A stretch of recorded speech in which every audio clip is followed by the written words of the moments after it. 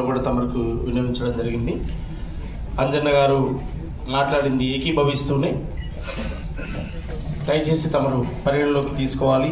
మీరు ఇంకా నెలకు నిర్ణయం తీసుకుంటారా, 2 నెలలకు నిర్ణయం తీసుకుంటారా? ప్రభుత్వం ఒక డిసిషన్ తీసుకుంటే ప్రభుత్వానికే మంచి పేరు ఉంటుంది.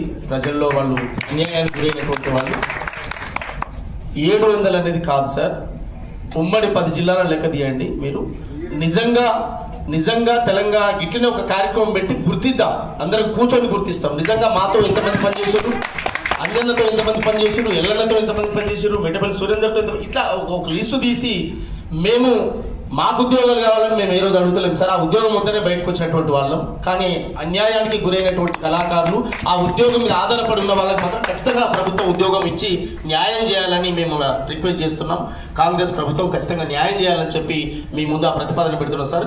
మినిమం 2000 పైనే ఉంటారు తప్ప తక్కువ ఉండరు. మళ్ళీ వాళ్ళు ఉద్యోగాలు అడగలేరు. కాంగ్రెస్ వచ్చి చేసింది, కేసీఆర్ అన్యాయం చేసిన మెసేజ్ అన్న సమాజానికి వెళ్ళిపోతుంది సార్. దయచేసి రిక్వెస్ట్ మీరు పరిగణలోకి తీసుకోవాలని నేను కోరుతున్నాను సార్. Thank you. ధన్యవాదాలు సార్.